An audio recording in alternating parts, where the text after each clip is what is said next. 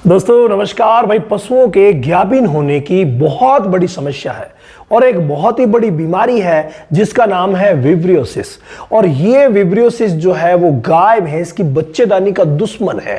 ये किस तरीके से दुश्मन है, क्या ये प्रभाव डालता है, किस तरीके से फैलता है, क्या क्या लक्षण दिखाता है, आज के इस वीडियो में कंप्लीट बातें मैं आप लोगों से इस बारे में करने वाला हूं ताकि आपको नॉलेज हो जाए और फिर मैं इसका इलाज भी बताऊंगा कि अगर ये हो गया है तो आपको क्या इलाज करना चाहिए। ये सारी बातें बहुत ज्यादा इंपॉर्टेंट है। जो डेयरी फार्मिंग कर रहे हैं उनके लिए तो है ही है, बाकी एक दो गाय भैंस रख रहे हैं उनके लिए और भी ज्यादा इंपॉर्टेंट है। क्यों? क्योंकि ये बीमारी जो है वो डेयरी फार्मर्स तो ध्यान रख लेते हैं हर चीज का, और हमने भी बीड़ा उठाया है डेयरी फार्मर्स को ट्रेनिंग देने का। और A to Z ट्रेनिंग हर महीने की 5 तारीख से रामावत एनिमल ऐप पर शुरू होती है। अगर आपने भी नहीं ली है तो एक बार ट्रेनिंग ले लीजिए ताकि जीवन में कभी फेल नहीं होंगे।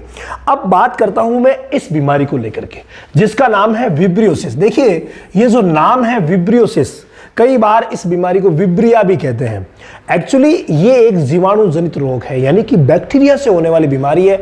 और इसका जो बैक्टीरिया है ना, वो बैक्टीरिया एक्चुअली ग्राम नेगेटिव प्रकार का होता है, यानी ग्राम नेगेटिव बैक्टीरिया होता है जिसको हम बोलते हैं विब्रिया फीटस। यानी इसी के नाम से ही संबंधित इसका नाम है विब्रियो फीटस। तो ये जो विब्रिया फीटस जो बैक्टीरिया है ना, ग्राम नेगेटिव प्रजाति का, भाई बहुत ही खतरनाक है।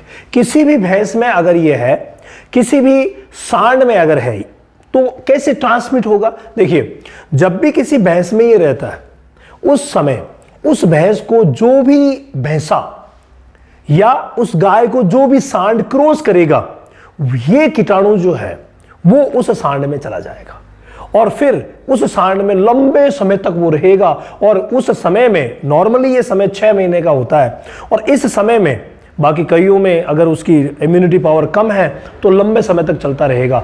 तो फिर इस समय में जितने भी भैंसें, जितने भी गायें उसके पास आई, वो सबको संक्रमित कर देगा। यानी जिसको भी क्रॉस करेगा ना उसी को संक्रमित कर देगा।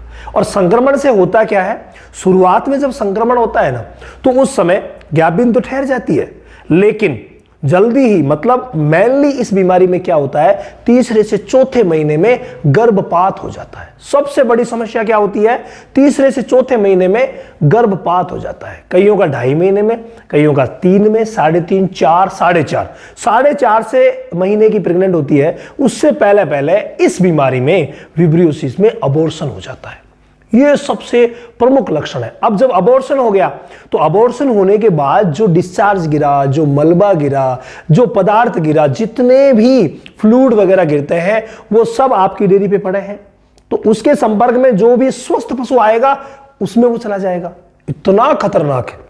तो ऐसे भी स्प्रेड होता रहता है। अब एक बार जिस भैंस को हो गया, उस भैंस को चलिए अबॉर्शन हो गया, अबॉर्शन के बाद वो वापस हीट में भी तो आएगी, और जब वो हीट में आएगी उस समय हम किसी सांड से या भैंसे से क्रॉस करेंगे।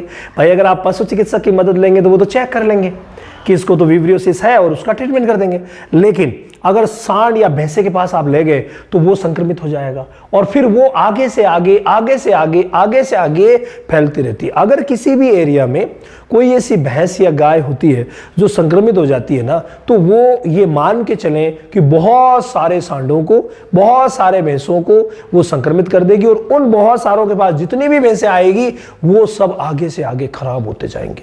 डेयरी फार्मिंग का बहुत बड़ा दुश्मन है ये विब्रियोसिस। क्यों? क्योंकि ये बच्चेदानी को खराब कर देता है। और बच्चेदानी खराब होती है सो होती है, लेकिन अगर उस खराब बच्चेदानी वाले पर कोई सांड लग गया तो वो भी खराब हो जाएगा। ये सबसे बड़ा। इसके अलावा जब भी इस बीमारी वाली भैंस होती है वो वापस बोलती है तो उस पर भैंसा छोड़ा जाता है तो वो ठहरती नहीं है, मतलब रिपीट ब्रीडर बन जाती है। वो रिपीट लगातार होती रहती है। ये भी इसका एक बहुत बड़ा नुकसान है। इसके अलावा बच्चेदानी में से मवाद भी गिरती रहती है, ये भी होता है। और अगर मान लीजिए ज्ञाबिन हो गई, ठहर गई, तो वही बात है, तीसरे से चौथे महीने में 20 उसका अबॉर्शन होना है। और कई बार तो अबॉर्शन में बच्चा गिरता है, कई बार बच्चा गिरता ही नहीं है। इसमें डीजनरेशन हो जाता है बच्चे का, मतलब बच्चा बना और लेकिन अंदर विब्रियो फीटस जो बैक्टीरिया है वो मौजूद था, और वो जब मौजूद था तो अंदर ही अंदर उसको गला दिया, और अंदर ही अंदर गलने की वजह से वो फिर गल करके और मलबा निकलता है, यानी बच्चा बनता ही नहीं है। ये इतनी खतरनाक बीमारी है कि कई बार बच्चा ही अंदर डीजनरेशन हो जाता है बच्चे का। तो ये बहुत बड़ी समस्या है और कई बार इसमें जब मैस्टाइटिस होने का भी खतरा रहता है, मैट्राइटिस हो जाती है। मैट्राइटिस का मतलब होता है बच्चेदानी में मवाद भर जाती है। तो बच्चेदानी में मवाद इस बीमारी में क्या है, लंबे समय तक भरी रहती है। तो सेकेंडरी इन्फेक्शन के रूप में कई प्रकार के बैक्टीरिया और पैदा हो जाते हैं और वो फिर थनैला भी कर देते हैं। यानी इस बीमारी में कई बार थनैला भी देखा गया है। तो रिपीट ब्रीडिंग और थनैला जो बहुत बड़ी दोनों समस्याएं हैं डेयरी फार्मिंग की, ये दोनों समस्याएं इस एक विब्रिया से आ सकती है, बहुत ज्यादा खतरनाक है। तो आपने कारण देख लिया, लक्षण देख लिया, अब देखते हैं उपचार। देखो, अगर ज्ञापिन हो भी गई तो हो जाएगा गर्भपात। तीसरे से चौथे महीने में विब्रियोसिस वाली कोई भी गाय भैंस प्रॉपर बच्चा नहीं दे सकती। तीसरे से चौथे महीने में ही अबॉर्शन हो जाएगा और फिर वो आगे से आगे फैलाती रहेगी। इसके अलावा इस अबॉर्शन का ह्यूमन बींग्स पर इतना ज्यादा फर्क नहीं पड़ता है, जितना ब्रूसेला का पड़ता है ना, उतना ज्यादा फर्क हम पर नहीं पड़ता। लेकिन जो गाभिन पशु है दूसरे, उन पर इसका असर बहुत ज्यादा होता है और आगे से आगे ये स्प्रेड होता जाता है। अब अगर हम बात करें उपचार की, तो पहली बात, जिस किसी भी गाय भैंस का तीसरे या चौथे महीने में अबॉर्शन हुआ है उस समय लापरवाही ना करें। जो ही बच्चा गिराती है, अच्छी सी मार्केट से दवा, जो बच्चेदानी की सफाई की दवा आती है, भाई बहुत सारी कंपनियों की दवाएं आती है, तो उनमें से कोई सी भी ला करके और 100 ml सुबह शाम करके 5 दिन सुबह शाम 100 ml दीजिए। अगले 10 दिन एक टाइम 100 ml दीजिए। यानी 2 लीटर कम से कम बच्चेदानी की सफाई की जो दवाएं हैं उनमें से कोई सी भी आप ला करके और 2 लीटर आपको पिलवानी पड़ेगी। ये पहला वो स्टेप है जो लेना है। उसके बाद अगर तीसरे चौथे महीने में ज्ञापिन हुई है तो उसको कभी, ये अबॉर्शन हुआ है तो उसको कभी भी सांड या भैंसे के पास ना ले जाए। उसको फिर आप अपने नजदीकी पशु चिकित्सक से चेक करवाएं। वो चेक करेंगे, उन्हें पूरी हिस्ट्री बताइए कि इसका इस महीने में अबॉर्शन हुआ है, तो उसके हिसाब से वो किसी न किसी ब्रांडेड दवा को बच्चेदानी में छोड़ेंगे 3 दिन तक। ब्रांडेड दवा कोई सी भी कंपनी की हो, अच्छी दवा। देखो एक्चुअली क्या है, बच्चेदानी में दवाई छोड़ने में कई बार लापरवाही होती है और दवा जो है वो जाने अनजाने में अच्छी नहीं होने की वजह से मेहनत भी लग जाती है, लेकिन वो पशु ठीक नहीं हो पाता। इसीलिए कोई ना कोई अच्छी जो ब्रांडेड दवा है, हमारा जो रामावत वेट्स क्लब चैनल है ना, उसके ऊपर हम सभी दवाओं की जानकारी देते हैं। तो कोई भाई आप में से भी सोच सकता है कि सर मेडिसिन बताई नहीं, तो आप, हमारा रामावत वेट्स क्लब चैनल है जिस पर मेडिसिन की ही जानकारी है, तो वहां पर जाकर के आप ये जानकारी भी ले सकते हैं। सारी चीजें हमने वहां पर अपलोड कर रखी है, कई प्रकार के प्रैक्टिकल वीडियोज भी है। तो ये चीज पहली है बच्चेदानी में, पहली सफाई की दवाई दी, दूसरा बच्चेदानी में आपने 3 दिन तक दवाई डलवाई। ये बहुत ज्यादा जरूरी है। और दवाई भी पशु चिकित्सक कौन सी यूज करते हैं, मैंने बताया कि ये ग्राम नेगेटिव टाइप का है। तो ग्राम नेगेटिव बैक्टीरिया के खिलाफ जो काम करने वाली बेस्ट मेडिसिन है वो इसमें वो यूज करेंगे।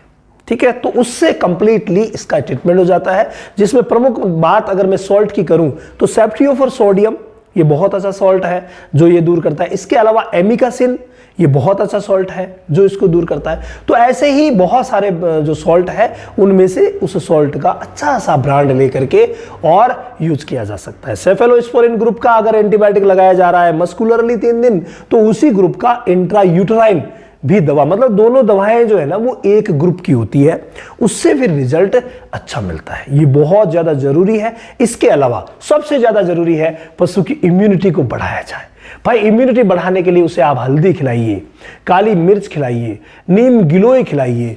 इम्यूनिटी बढ़ाने की जितनी भी चीजें मैंने आपको बहुत सारी बता रखी है, रेगुलरली डिवॉर्मिंग करवाना, लिवर टॉनिक देना, मल्टीविटामिन्स जो है, मिनरल मिक्सचर जो है वो देना, ये सब देते हैं ना, तो उससे क्या होता है, पशु की इम्यूनिटी बढ़ जाती है। और इम्यूनिटी अच्छी होगी तो धीरे धीरे करके इस बीमारी को वो हरा देता है, इजीली हरा देता है। तो ऐसी कंडीशन में आप पूरा ट्रीटमेंट, और ये बीमारी वाकई बहुत खतरनाक है। जब भी किसी भी फार्म पर किसी भी गाय भैंस का अबॉर्शन हो जाए तो उसका जो मटेरियल निकलता है उसे आप अलग ही रखिए और अलग ही उसको डिस्ट्रॉय कीजिए, गार्ड दीजिए। ऐसा नहीं खुले में छोड़ेंगे तो कुत्ते वगैरह है, दूसरे जानवर वगैरह है, वो खाएंगे तो वो भी तो इस बैक्टीरिया को आगे से आगे फैला सकते हैं। इसीलिए उसको तुरंत ही आप गार्ड दीजिए। अगर कभी भी अबॉर्शन किसी भी गाय भैंस का हुआ है, जरूरी नहीं है कि विब्रियोसिस की वजह से हो, अगर किसी भी कारण से हुआ है तो जो मैटर निकलता है पूरा मटेरियल, उसको गार्ड देना चाहिए। जहां तक हो सके हम उसके संपर्क में कम ही आए तो अच्छा है। और फिर जहां वो हुआ है उस जगह पीपी का जो लिक्विड हम बनाते हैं, घोल बनाते हैं लाल दवा का, वो बना करके वहां पर छिड़क देना चाहिए ताकि ये आगे से आगे स्प्रेड नहीं हो। नहीं तो ये एक ऐसी बीमारी है जो फार्म को बर्बाद कर सकती है। स्काईलार्क पशु आहार, संपूर्ण पोषण, दूध की बहार। स्काईलार्क का वादा, सेहत और लाभ सबसे ज्यादा। अधिक जानकारी के लिए संपर्क करें